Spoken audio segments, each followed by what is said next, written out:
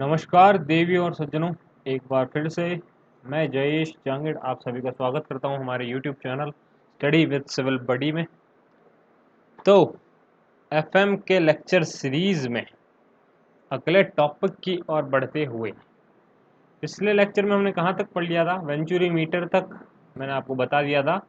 फिर आगे हम चलते हैं। अब ये तो मैंने बता दिया था सब कुछ। इसका जो मैंने आपको ट्रिक बताई थी वो शायद याद होगी, या मैं एक बार दोबारा से बता देता हूँ। जो कोई इस वीडियो को पहली बार देख रहा है तो उनके भी समझ में आ जाएगी। देखिए, इसके लिए मैंने क्या बताया था कि जो अगर डिफरेंशियल मैनोमीटर लगा हो और उस किससे कनेक्टेड हो, वेंचुरी मीटर के साथ कनेक्टेड हो, तो जो हाइट या फिर एच हम निकालेंगे किसके लिए, जो इसका फॉर्मूला था A1 A2 √2GH अपॉन में A1 स्क्वायर A2 स्क्वायर के लिए जो फॉर्मूला था, यहाँ पर से जो एच निकालेंगे हम, इसके लिए मैंने बताया था आपको क्या करना है कि ये देखिए कहाँ गया वो, ये रहा।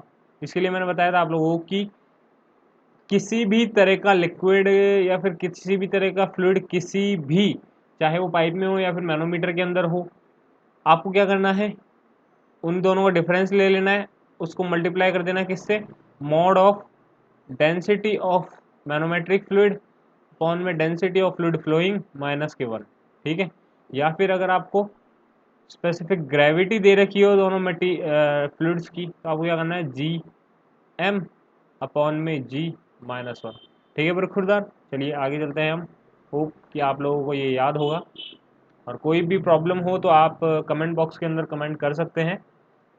होपफुली मैं जल्दी से जल्दी उसका, मैं वैसे तो खुद ही कमेंट्स पढ़ता हूँ, तो हो सके कि आपका कमेंट का रिप्लाई मैं वहीं कर दूं, नहीं तो मैं जो भी अगला लेक्चर रिकॉर्ड करूंगा या फिर जो भी क्वेश्चन सीरीज आएगी, अगर मुझे आपको क्वेश्चन अच्छा लगा तो मैं उस क्वेश्चन सीरीज के अंदर उसको इंक्लूड कर लूँगा।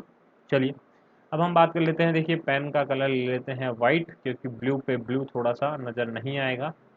चलिए थोड़ा सा इसकी थिकनेस को बढ़ा लेते हैं। बहुत अच्छी बात है बरखुरदार। चलिए, तो देखिए ओरिफिस मीटर, जैसा कि आपको नाम से पता चल रहा है, ओरिफिस का मतलब हम क्या जानते हैं,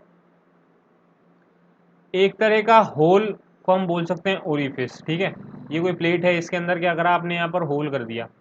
ठीक है, तो इसी को क्या बोला जाता है, ओरिफिस। तो कुछ इसी तरह का ओरिफिस मीटर भी होता है। इसके अंदर क्या होता है, ये दो तरह की प्लेट होती है।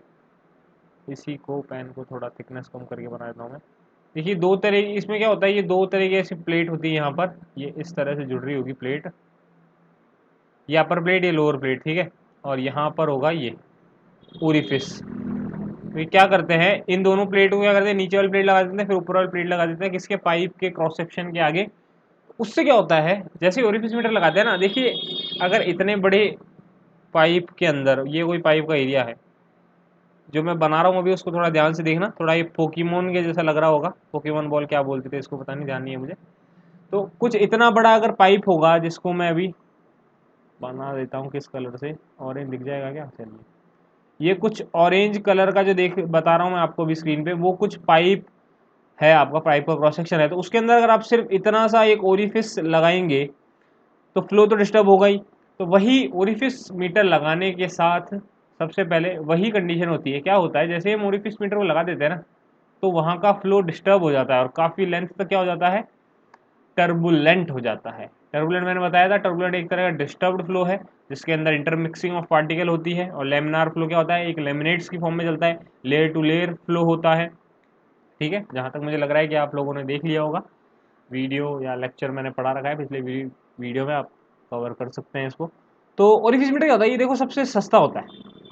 देखिए दो प्लेट लगानी है, कुछ मेहनत करनी है नहीं। ठीक है, तो इसलिए क्या होता है, सबसे सस्ता अमंग्स ऑल। अमंग्स ऑल किन किन में होता है, जो भी हमने पढ़ा अभी, वेंचुरी मीटर या फिर हम पीजोमीटर, या फिर अभी हम आगे पढ़ने वाले पिटोट ट्यूब। पिटोट ट्यूब तो शायद इन सब में सबसे कॉस्टली होती है। चलिए अभी देख लेंगे जो भी होगा। तो ओरिफिस मीटर क्या करता है, आपने जैसे ये कोई पाइप जा रहा था, यहाँ पर लगा दिया आपने ओरिफिस मीटर, जैसे लगाया तो ये क्या करता है, पीछे के फ्लो को डिस्टर्ब कर देता है। क्या कर देता है, उसको टर्बुलेंट फ्लो में कन्वर्ट कर देता है। तो जैसे यहाँ से फ्लो निकलता है, तो ये कैसे निकलेगा, कुछ इस तरह से निकलेगा। ठीक है, ये पाइप का फ्लो हो रहा है यहाँ से, ये ऊपर का प्रेशर भी लग रहा होगा, चलिए ब्लैंक पेज की तरफ चलते हैं हम एक बार। कहाँ गया ब्लैंक पेज, अच्छे से आपको समझ में आ जाएगा। देखिए ये कोई पाइप है, आपने क्या करा, यहाँ पर जैसे ही इसको ओरिफिस मीटर को कनेक्ट करा ना, तो क्या होता है, यहाँ से फ्लो निकलता है कुछ इस तरह से। तो एक पोजीशन आती है जिसको बोला जाता है क्या, वेना कॉन्ट्रैक्टा। तो वेना कॉन्ट्रैक्टा के बाद क्या होता है, इसके बाद में जो फ्लो होता है ना हमारा, बाद इसके बाद में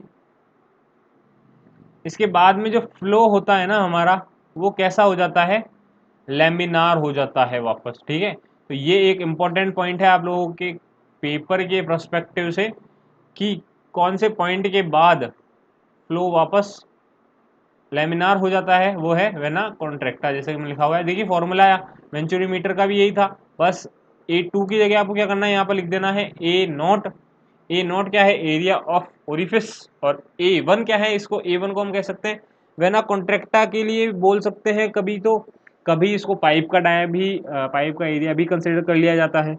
देखिए इसके अंदर अलग अलग तरह के बातें चल रही है। क्वेश्चंस के अंदर अगर हम देखेंगे तो दोनों तरह से सवाल होते हैं। देखिए जो डिफरेंस आता है, ये थ्योरेटिकल वेलोसिटी, थ्योरेटिकल डिस्चार्ज हमें दे रखा है यहाँ पर। तो हमें पता है कि एक्चुअल तो कुछ ना कुछ कम होगा, तो उसके लिए क्या होगा, एक CD फैक्टर मल्टीप्लाई कर दिया जाएगा, जिसको क्या बोला जाता है, कोफिशिएंट ऑफ डिस्चार्ज।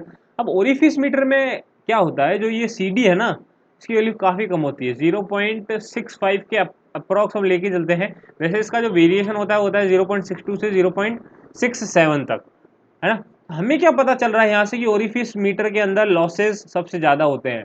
तो आपका ये सवाल भी बन सकता है कि amongst which the losses are most, या फिर लॉसेस आर मोर। आपको ऑप्शन है वेंचुरी मीटर, ओरिफिस मीटर, और कुछ भी दे देंगे, मतलब 2-3 टॉप दे दिया। तो सबसे ज़्यादा जो लॉसेस देखने को मिलते हैं वो ओरिफिस मीटर को में ही देखने को मिलते हैं। फिर हम इसको यूज़ क्यों करते हैं, यूज़ इसलिए करते हैं भैया, ये देखो कुछ यहाँ पे नज़र आ रहा है, चीप, सबसे सस्ता पड़ता है हमारे को, इसीलिए हम इसको यूज़ करते हैं। ठीक है, आगे योग की बात समझ में आपको, चलिए हम आगे चलते हैं। तो ये बता ही दिया मैंने आपको, और कुछ थोड़ी बताने का टॉपिक है, कुछ याद कर लूँ मैं, इसमें तो कुछ भी नहीं। चलो पिटोट ट्यूब में चलते हैं। ये पिटोट ट्यूब क्या करता है बेसिकली, देखो इसको हमें पहले पढ़ना चाहिए था, क्योंकि इसका देखिए FM में क्या है, क्या होता है ना, जो हम बाद में जैसे चैप्टर 1 चैप्टर 2 चैप्टर 3 पढ़ेंगे ना, तो बाद की चीज़ों का यूज़ कभी कभी पहले के चैप्टर्स में भी होता है। तो FM का काफ़ी इंटरकनेक्टेड सब्जेक्ट है। अगर आप इसको इंटरकनेक्ट करके ही पढ़ेंगे ना, तो आपके कान नहीं खींचेगा, वरना थोड़े से कान तो खींचेगा FM सब्जेक्ट पर खुदा। चलिए, तो हम बात कर रहे थे पिटोट ट्यूब की, बात कर लेते हैं अब, थोड़ा सा फास्ट फॉरवर्ड ही चलेंगे अब हम।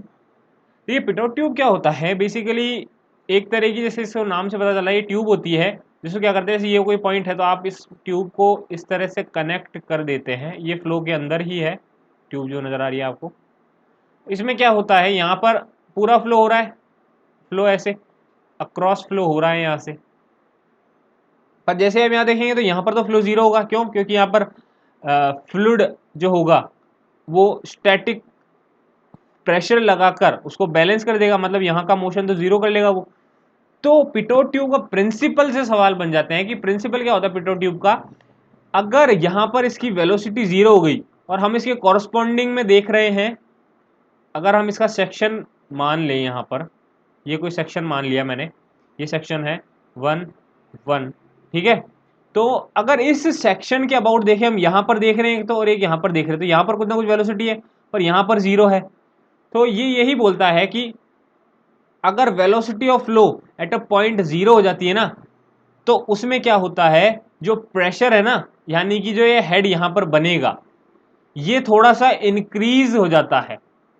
क्यों, क्योंकि जो काइनेटिक एनर्जी होती है, मतलब यहाँ पर जो वेलोसिटी थी पार्टिकल की, जो एक्चुअल में होनी चाहिए थी, पर लेकिन हमने जैसे ही ट्यूब लगाया या रेस्ट्रिक्शन लगा दिया, तो वो वेलोसिटी अब वहाँ पर नहीं रही।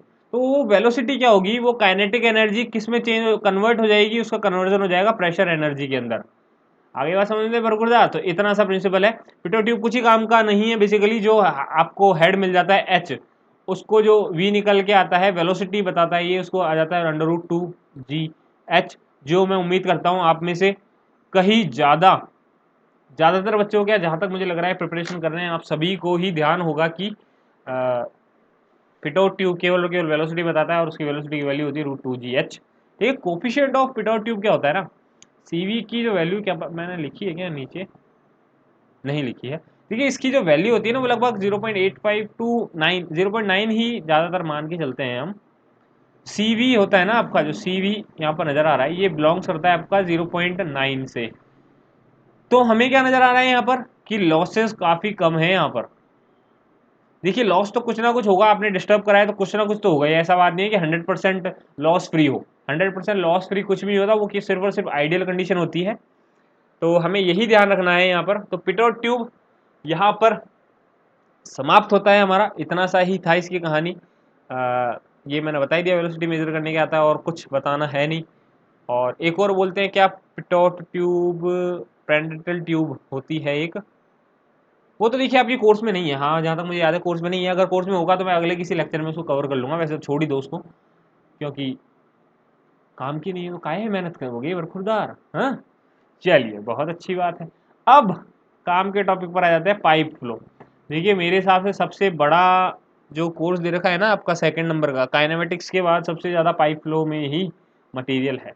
और पाइप फ्लो को बच्चे छोड़ भी देते हैं, जहाँ तक मुझे लग रहा है कि आप में से कई भी शायद बीच लेक्चर में चले जाएंगे, क्योंकि काफ़ी बोरिंग होता है। उससे सवाल 2 सवाल बनते हैं, पर जिसको स्कोर करनी है, जिसको सिलेक्शन अपना श्योर करना है, 100% भैया सिलेक्शन लेना ही लेना है, वो भाई साहब तो बिल्कुल अपना देखेंगे। चलिए अब बात कर लेते हैं पाइप फ्लो की। देखिए पाइप फ्लो जब भी होता है ना, तो मैं आपको बता देता हूँ, पाइप फ्लो के अंदर ना दो तरह की फोर्सेस ही मेनली एक्ट करती है। अब वो फोर्सेस क्या होती है वो आपको बता देते हैं। ये कोई पाइप है, यही बना लेते हैं, ये कोई पाइप है आपके पास, ठीक है। तो क्या फोर्स होगी, एक तो होगा जो इसकी बाउंड्री से रेजिस्टेंस लग रहा होगा, है ना, फ्रिक्शनल रेजिस्टेंस, है ना बरखुरदार। एक तो फ्रिक्शनल रेजिस्टेंस हो गया, और एक क्या होगा जो बीच में लग रहा है, क्या बोलते हैं उसको, विस्कोसिटी।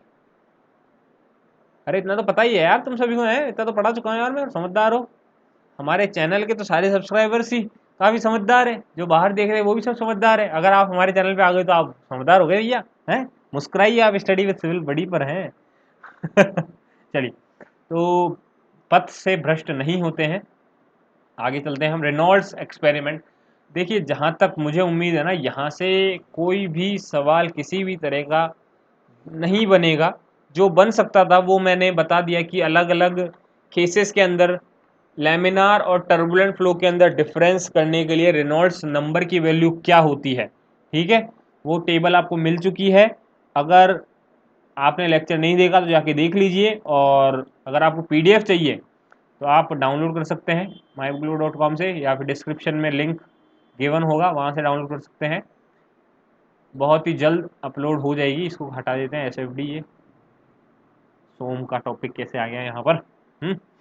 चलिए, तो रेनॉल्ड्स एक्सपेरिमेंट क्या होता है। देखिए रेनॉल्ड्स ने ना एक एक्सपेरिमेंट करा, उसने क्या किया, ऐसा कोई एक टैंक ले लिया, ठीक है। उसने ऐसे टैंक लेके ग्लास की ट्यूब क्या कर दी, कनेक्ट कर दी यहाँ से, ये ग्लास की ट्यूब कनेक्ट कर दी, और क्या करा, यहाँ से एक डाई का नोजल लगा दिया इसके पास, यहाँ पर इस पॉइंट पर, ठीक है। इस तरह से नोजल फिट कर दिया, ठीक है। थोड़ी डायग्राम ज़्यादा ही अच्छा बन गया है, समझ जाना।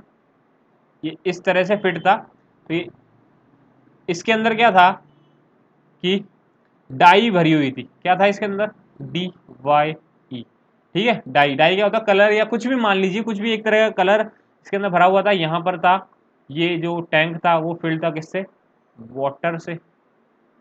फ्री सरफेस हमें नजर आ ही रही है। तो इसने क्या करा, यहाँ पर लगा दिया एक वॉल्व, क्या लगा दिया, एक वॉल्व लगा दिया यहाँ पर, और क्या करा कि अलग अलग रेनॉल्ड्स नंबर पर चेक करा कि फ्लो किस तरह का होता है। तो सबसे पहली कंडीशन क्या आई, सबसे पहली कंडीशन जो आई, रेनॉल्ड्स नंबर जब तक इसने किससे कम रखा, 2000 से कम रखा। देखिए रेनॉल्ड्स नंबर की वैल्यू मुझे उम्मीद है कि आप लोगों को याद होगी, नहीं होगी तो मैं फिर भी बता देता हूँ, ρVD/μ दुनिया का सबसे सिंपल फॉर्मूला है। काफ़ी सिंपल है यार, आप सिविल इंजीनियर हैं तो ऐसे घूमते फिरते छोटे मोटे फॉर्मूले तो ऐसे याद हो जाते हैं यार, हैं। चलिए, तो देखिए रेनॉल्ड्स नंबर कम था ना, तो इसने क्या नोटिस करा यहाँ पर, मैं एक ही डायग्राम के अंदर बना दूंगा, तो थोड़ा सा चौकन्ना होके सुनना। तो इसने क्या करा, जैसे ही यहाँ पर 2000 से कम तक रखा ना, मतलब, और इस वॉल्व को ओपन कर दिया, मतलब यहाँ से फ्लो चालू हो गया, तो इसने क्या देखा कि इस जो ट्यूब थी ना, ग्लास ट्यूब, उसके अंदर एक सिंगल लाइन जा रही है डाई की, मतलब बिल्कुल भी फ्लक्चुएट नहीं कर रही है, फिलामेंट ऑफ डाई है, ठीक है, एकदम स्ट्रेट है यहाँ पर। तो 2000 से कम तक कैसे गई स्ट्रेट, मतलब ये क्या बता रहा है, लेमिनार फ्लो। फिर दूसरा केस आता है क्या, आरी 2000 से 4000 के बीच में कहीं था, तो इसने क्या देखा कि ये ट्रांजिशन है ना, तो ये पूरी तरह से लेमिनार हो रहा है, ना ये टर्बुलेंट हो रहा है, समझे।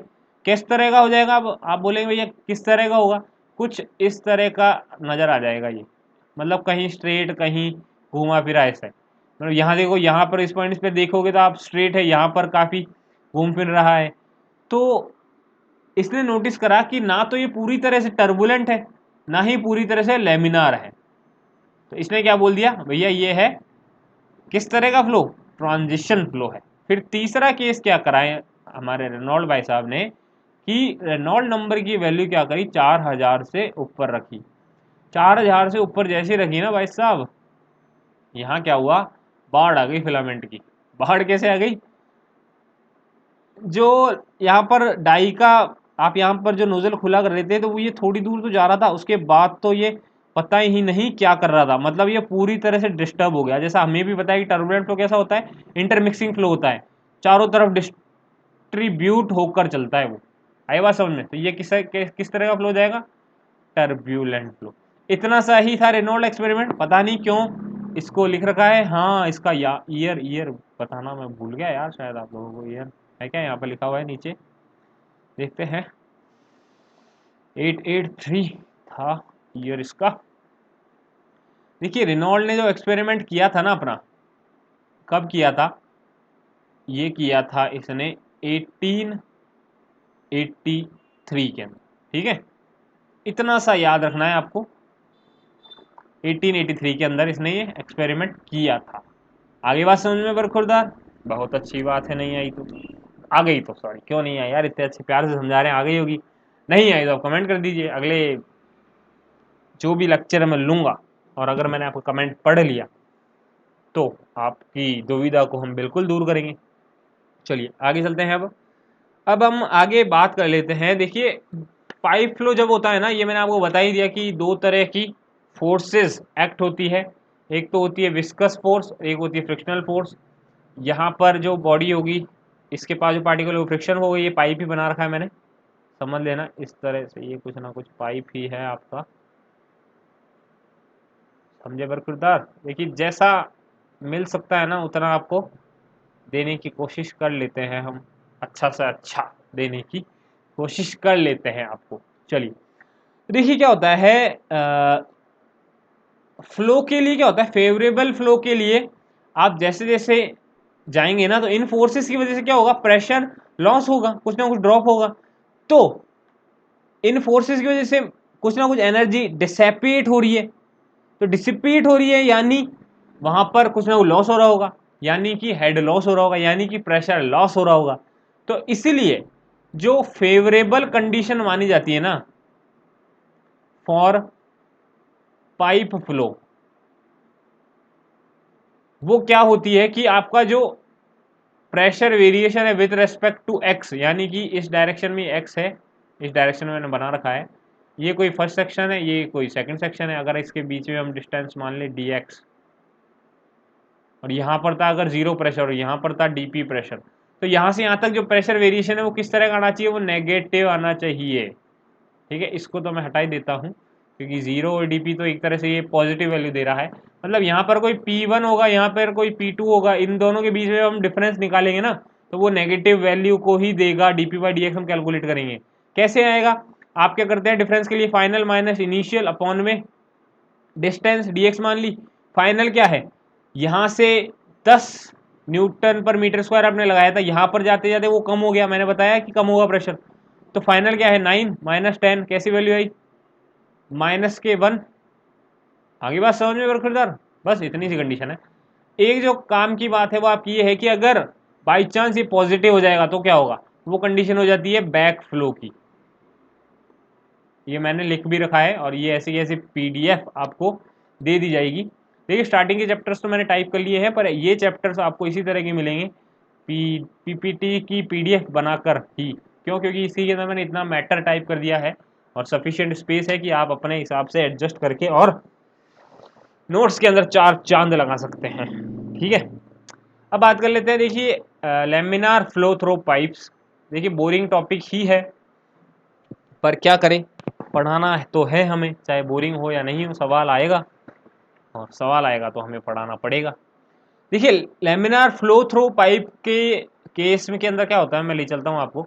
यहाँ पर पूरा डायग्राम बना रखा है ना, पूरा बना रखा है ना। ये कोई पाइप है, आप मान लो कि ये कोई बाहर का जो बड़ा रेक्टेंगल दिख रहा है ना आपको, ये कोई पाइप है, ठीक है।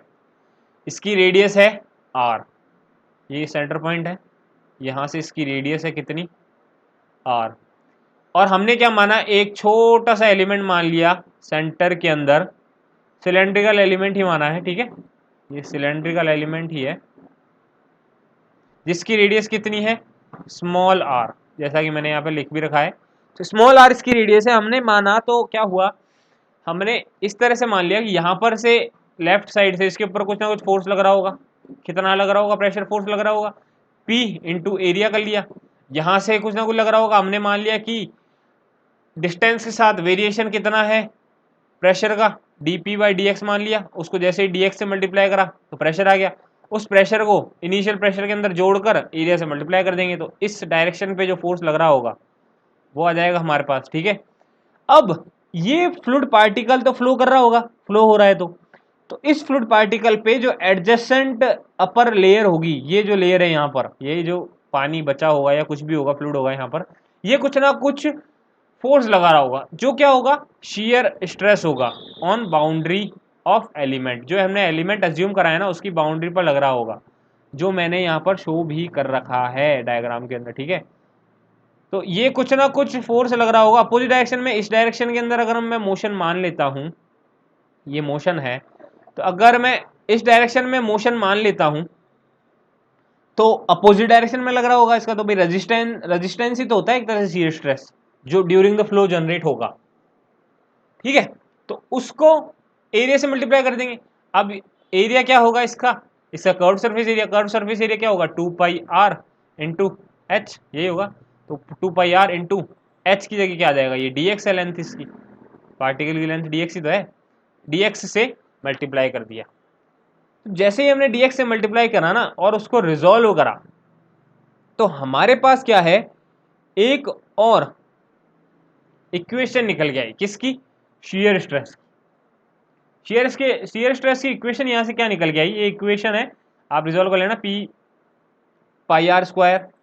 इसको हमने राइट साइड को पॉजिटिव मान लिया, लेफ्ट साइड को नेगेटिव मान लिया। देखिए कुछ भी मान लीजिए यही आएगा, क्योंकि इक्वल टू में क्या रखना है, जीरो रखना है। तो आप RHS में ले जाओ या LHS में ले जाओ, साइन उल्टा हो जाएगा, तो कोई टेंशन लेने की बात नहीं है। तो टाउ इज इक्वल टू क्या हो जाता है, माइनस के r/2 dp बाई dx, ये आ जाता है आपके पास क्या, शियर स्ट्रेस। हमें क्या पता है, एक न्यूटन बाबा का न्यूटन लॉ ऑफ विस्कोसिटी पता है हमारे को, जो क्या बोलता है आपका शियर स्ट्रेस क्या होगा, म्यू du बाई dy होगा। आगे बात समझ में, ऊपर कर लेते हैं इसको। तो म्यू du बाई du होगा, तो ये किसके बराबर होना चाहिए, इस स्ट्रेस के बराबर होना चाहिए। और हमें क्या पता है, यहां से डायग्राम के पास चलो वापस। जैसे हम डायग्राम के पास चले, इस गुत्थम गुत्था को तो मिटा देता हूं मैं, थोड़ा सा समझ लेते हैं अच्छे से इसको, डायग्राम तो क्या समझना है, डायग्राम तो मैंने आपको समझा दिया, बेसिकली इसकी डायमेंशंस को ही समझना है। तो इसको कर लेते हैं थोड़ा सा थिन, हो गया थिन, तक दिना दिन, चलिए थिन हो गया। तो हमें क्या देखने को मिल रहा है, जो हम शियर स्ट्रेस कैलकुलेट करते थे न्यूटन्स लॉ से, वो कैसे बोलता था कि बाउंड्री से डिस्टेंस y पे जो dy लेते थे हम, अगर इसको y मान ले और ये सेंटर लाइन है, यहाँ से इसकी डिस्टेंस है क्या, आर ले रखी है हमने, मान रखी ये आर है यहाँ से यहाँ तक, और यहाँ से पाइप के वॉल तक कितनी है वाई, हमें क्या दिख रहा है यहाँ से आर बराबर क्या आ गया, आर प्लस वाई आ गया, हो गया नहीं हो गया भाई, ये आर है पूरी जो बड़ा पाइप है उसकी रेडियस, और स्मॉल आर है जो हमने अज्यूम करा पार्टिकल उसकी रेडियस। ठीक है बरखुरदार, चलो वापस नीचे चलते हैं। तो हमने जब y is equal to Y plus R is equal to R को डेरिवेटिव किया था, हमें क्या मिला, डी वाई किसके बराबर आ गया, माइनस के डी आर के। चलो भैया डी वाई को रिप्लेस कर दो यहाँ से, इस डी वाई की वैल्यू उठाकर हमने रख दी यहाँ पर, डी आर माइनस के डी आर, माइनस से माइनस साइन कट गया। तो इसको इधर उधर करने के बाद जो u निकल के आया, u क्या है यहाँ पे, u है वेलोसिटी। देखिए मुझे नहीं लगता ये सीधे को डायरेक्ट फॉर्मूला आ जाए तो आ जाए, आपका ये क्वेश्चन बनने की संभावना यहाँ से कम ही है। क्या क्वेश्चन बनेगा कि वेलोसिटी प्रोफाइल कैसी होती है during the laminar flow through pipe, कैसी होती है, पैराबोलिक होती है, ये सवाल बन सकता है और यही बनेगा मेरे हिसाब से। 110% सवाल आपका यही बन के आएगा कि कैसी वेलोसिटी प्रोफाइल देखने को मिलती है, पैराबोलिक शियर स्ट्रेस प्रोफाइल कैसे देखने को मिल रही है। चलो ऊपर कैसा निकल के आया था, D P by D X R by two, मतलब कि कैसा आ गया, शियर स्ट्रेस लीनियर आ गया, और आर के रिलेशन में मतलब अगर आर तो यहाँ से डिस्टेंस मतलब यहाँ पर क्या हो जाएगी जीरो, और वॉल्स पे क्या हो जाएगी ज़्यादा। तो शियर स्ट्रेस जो टाउ का वेरिएशन है वो आपका कुछ इस तरह का आएगा, ये आ जाएगा टाउ मैक्स टाउ वेरिएशन। ठीक है, ये लिख देता हूँ मैं यहाँ पर, किसी को भाई या बहन को बनाना हो तो वो बना लेना बरखुरदार। चलिए आगे चलते हैं। ये टॉपिक ही थोड़ा बोरिंग सा है, अगर आपको एनर्जाइज होना है तो फटाफट से एक ये देख लो कि इसमें से एक ना एक सवाल तो पक्का आएगा, और वो सवाल अगर आपने बना लिया तो भैया 1 नंबर आपकी ज़्यादा जाएगा, वरना यानी कि आपकी रैंक 2-3 नंबर और ऊपर हो सकती है। आप मेहनत करें तो सिलेक्शन तो हो ही जाएगी, अब क्या करनी है, हमको रैंक बढ़ानी है। ठीक है, चलिए इसी से डिस्चार्ज का क्या फॉर्मूला निकल के आता है, इससे जो डिस्चार्ज का फॉर्मूला निकल के आता है वो आता है Q is equal to pi by 8 mu minus के D P by D X into R की पावर 4। ये डिस्चार्ज का फॉर्मूला होता है। ये क्यों जरूरी है, ये जरूरी इसलिए है क्योंकि हमें क्या निकालना पड़ेगा यहाँ पर, एवरेज वेलोसिटी, और एवरेज वेलोसिटी निकालने के लिए क्या करना पड़ता है, डिस्चार्ज को एरिया से डिवाइड करना पड़ता है, क्योंकि हमें पता है कि डिस्चार्ज की वैल्यू किसके बराबर होती है, एरिया इंटू वेलोसिटी के बराबर होती है। एरिया से डिवाइड कर दो, ये होती है एवरेज वेलोसिटी। तो इसीलिए डिस्चार्ज करा, इसको जब हमने एरिया से डिवाइड कर दिया, एरिया क्या है पाई आर स्क्वायर, पाई से पाई कट गया, आर से आर स्क्वायर कट गया, तो क्या आ गया एवरेज वेलोसिटी। यहाँ से आप इसको याद रख लो या इसको याद रख लो, आप दोनों फॉर्मूला याद हो सकते हैं आपको। तो मैं जहाँ तक बोलूँगा आपको इसी को याद करो, और क्यों याद करना है वो अभी आपको मैं बता देता हूँ।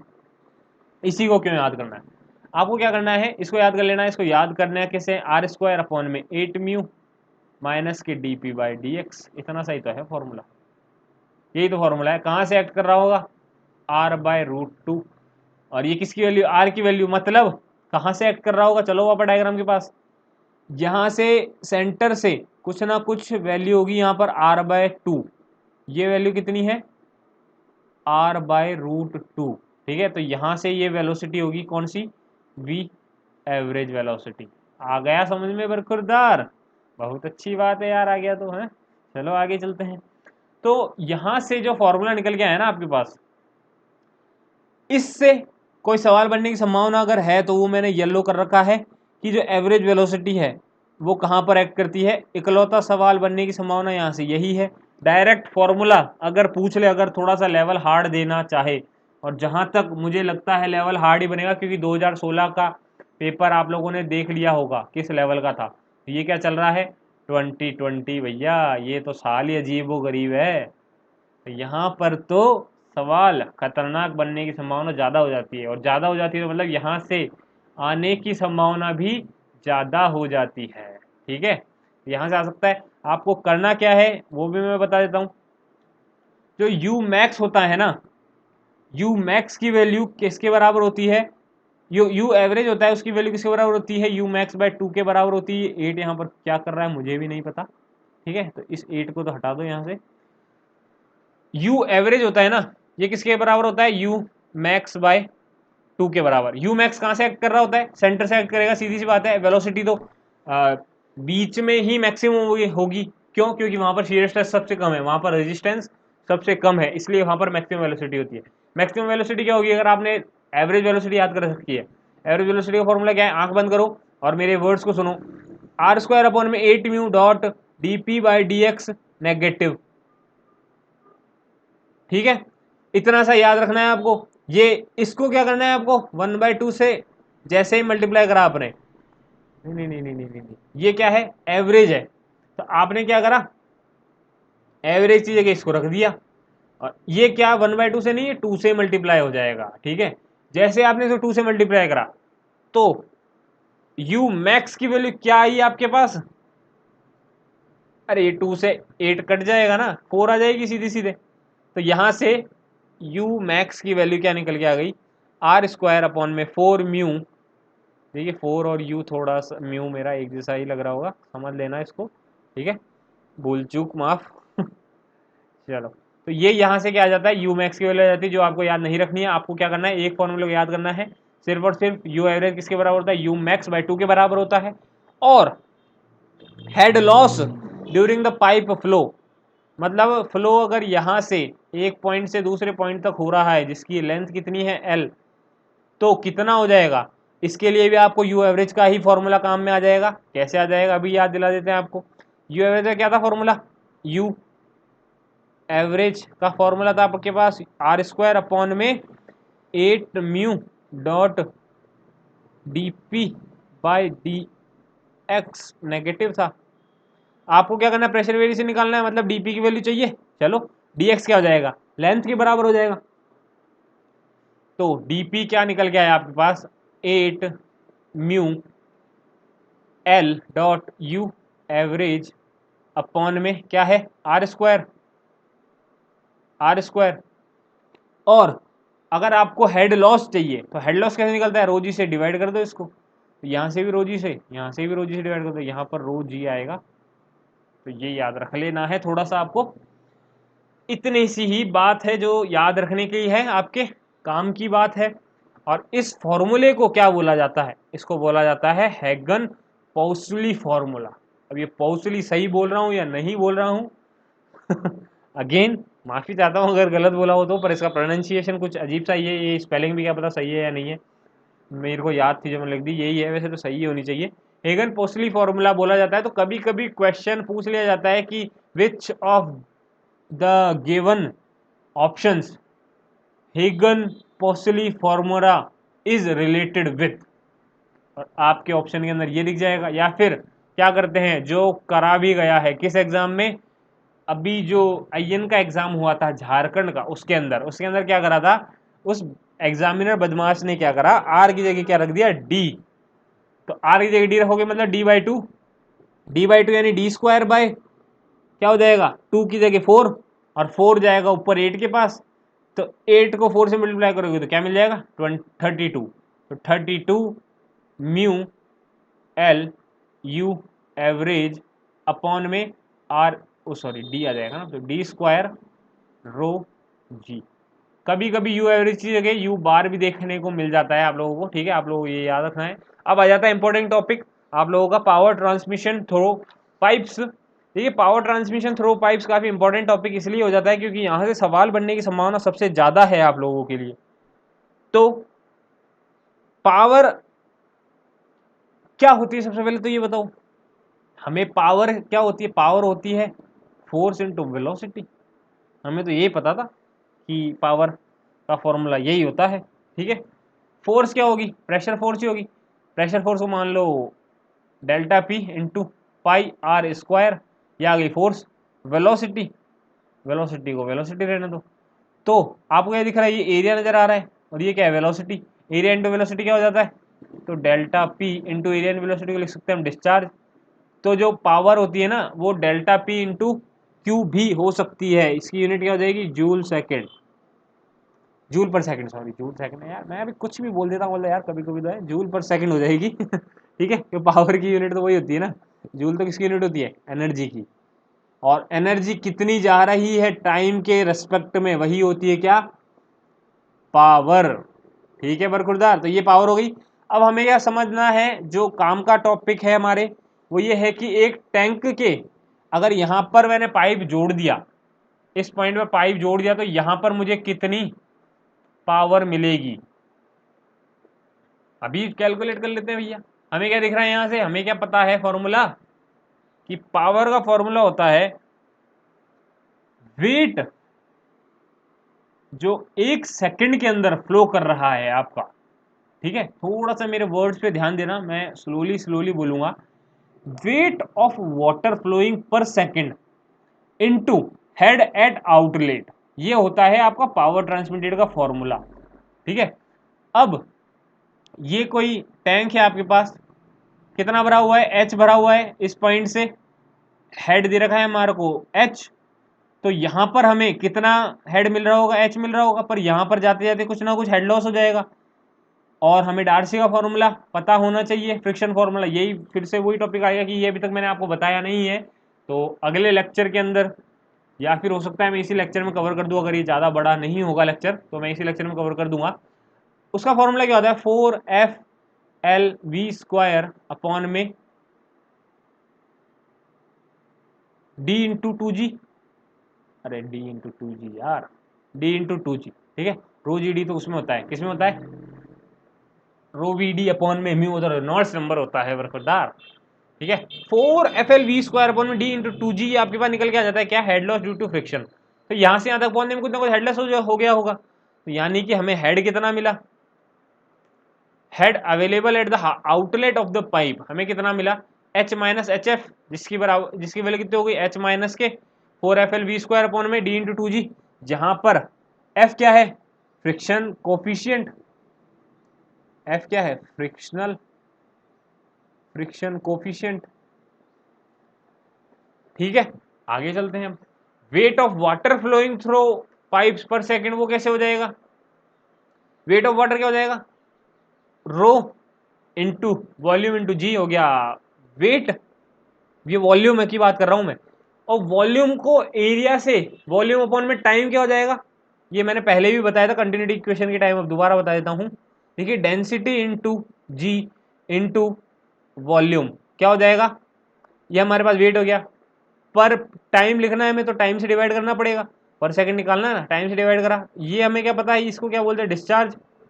तो डिस्चार्ज को हम क्या लिख सकते हैं, रो जी क्यू, और रो जी क्यू की जगह हम क्या लिख सकते हैं, rho G into A into V, area into velocity भी तो लिख सकते हैं।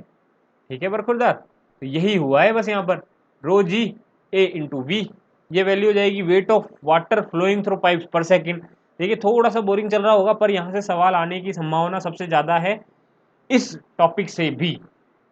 ठीक है बरखुरदार, अब पावर कितनी हो जाती है, पावर हो जाती है आपकी, इसको मल्टीप्लाई कर दो हेड लॉस से, ये इसीलिए डेरिवेशन करवा रहा हूँ ताकि आपको अगर बेसिक समझ में आ जाए ना।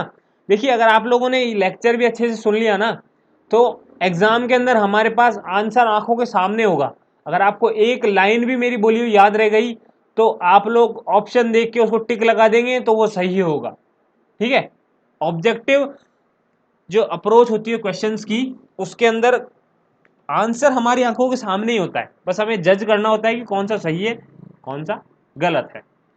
तो मैंने बता दिया कि इसको पावर को क्या लिख सकते हैं हम, डेल्टा पी इंटू डिस्चार्ज, तो ये डेल्टा ही है यहाँ पर, जैसा सिंबल मिला मैंने लगा दिया यहाँ पर, तो ये डेल्टा ही है, इसको याद रख लेना थोड़ा सा, डेल्टा पी इंटू डिस्चार्ज, तो ये हो जाता है। अब सवाल कहाँ से बनेगा, सवाल बनेगा इस टाइम से, इस टॉपिक से, एफिशिएंसी से। जो हमें एफिशिएंसी को किससे डिनोट करते हैं, नीटा से इसको डिनोट करते हैं। एफिशिएंसी क्या होती है, हमें पता है आउटलेट अपॉन में इन, जो भी आउटपुट होता है अपॉन में इनपुट, वही होती है उसकी एफिशिएंसी। तो नीटा की वैल्यू भी हो जाएगी पावर एट आउटलेट अपॉन में पावर एट इनलेट, यही हो जाती है एफिशिएंसी। अब सवाल कहाँ से बनेगा, सवाल बनेगा कि जो मैक्सिमम पावर ट्रांसमिशन है वो कब होगी, कब होगी, जब आपका जो एच एफ है यानी जो फ्रिक्शनल हेड लॉस है वो किसके बराबर होगा, H/3 के बराबर। H क्या है, जो हमने यहाँ पर टैंक बनाया था, यहाँ पर जो ड्यूरिंग द फ्लो लॉस हुआ था फ्रिक्शनल लॉस, वो किसके बराबर होना चाहिए, जो H है हमारा, यहाँ पर जो है हेड था टैंक का, उसके H, उसके 1/3 टाइम्स होना चाहिए HF, तब हमें क्या मिलेगा, मैक्सिमम पावर मिलेगी। कहाँ पर, इस एंड पर, पाइप के एंड पर जहां हमने वॉल्व फिट कर रखा है। आगे बात समझ में, यहां पर हमें मैक्सिमम पावर मिलेगी। मैक्सिमम एफिशिएंसी कितनी होगी उस टाइम होगी 66.7%। तो आपका सवाल कैसे आ जाता है, क्या आ जाता है वो मैं बता देता हूं। सवाल आ जाता है कि मैक्सिमम एफिशिएंसी कितनी होती है when for a power transmission through pipe, what is the value of maximum efficiency, आपको लिखना पड़ेगा 66.7%। या फिर आपसे पूछ ले कि मैक्सिमम एफिशिएंसी के केस में जो हेड लॉस होता है वो कितना होता है आपके पाइप के हेड के 1/3 टाइम्स। ये वर्ड्स के अंदर सवाल आया हुआ है, ठीक है, वर्ड्स के अंदर कि पाइप जो टैंक का हेड है, या फिर इसको बोल सकते हैं हम हेड एट इनलेट पाइप, इस इनलेट के पाइप पर जो हेड मिल रहा है ना उसका 1/3 टाइम्स होना चाहिए क्या, आपका फ्रिक्शनल लॉस। मैं जोर जोर से बोल रहा हूँ, मेरा गला ही बैठ गया है, थोड़ा थोड़ा मुझे फील हो रहा है। इस पॉइंट को याद रखना है, जो मुझे लग रहा है कि यहाँ से सवाल आएगा ही आएगा बरखुरदार, ठीक है। अब बात कर लेते हैं कि डिपेंडेंसी किस पे होती है इसकी डिपेंडेंसी देखो हमें यहाँ पर दो ही दिख रहे हैं क्या, एक तो weight of liquid flowing per second upon में हेड अवेलेबल, दो ही तो है, और यहाँ पे तीसरी तो कोई चीज ही नहीं है। अब पावर की बात कर लेते हैं, हमें पावर क्या पता था, जो एफिशिएंसी निकाली हमने वो कैसे निकली, उसके लिए भी थोड़ा समझा देता हूँ आपको, किसी को समझना हो तो। वेट पर सेकेंड अपॉन में एच माइनस एच एफ, या आउटलेट पे हेड मिल रहा है, और वेट फ्लो पर सेकेंड अपॉन में इनलेट पे ये मिल रहा है, वेट से वेट कैंसिल हो गया, क्या आ गया, H minus H F upon में एच। मैक्सिमम एफिशिएंसी के लिए क्या करो, इसका डिफरेंशिएशन कर दो, उसको जीरो कर दो, उसको जैसे ही आपने जीरो करा तो आपको एच एफ की वैल्यू आ जाएगी h/3 के बराबर। वो ही यहाँ से आती है, मैक्सिमम मिनिमम का केस पड़ा होगा ना मैथमेटिक्स में, बस वही अप्लाई करना है यहाँ पर। चलिए आगे चलते हैं, इतना सा हो गया हमारा टॉपिक। टाइम कितना हो गया बरखुरदार कंप्यूटर जी, हमें थोड़ा सा समय बता दीजिए कितना टाइम हो गया है। चलिए ये टॉपिक हम अगले ही लेक्चर में कवर करेंगे। तो बहुत बहुत धन्यवाद आपका मेरे साथ जुड़ने के लिए, और हमारे चैनल से जुड़ने के लिए आपका बहुत बहुत धन्यवाद। अगले लेक्चर में हम फिर से मिलेंगे, जब तक के लिए आप हमारे चैनल को सब्सक्राइब करिए, शेयर करिए, और अगर आप डोनेशन करना चाहते हैं 1 रुपये का, तो आप जो भी नंबर्स आपकी स्क्रीन पे चल रहे हैं उन पर आप डोनेशन कर सकते हैं, ठीक है। बहुत बहुत धन्यवाद आपका।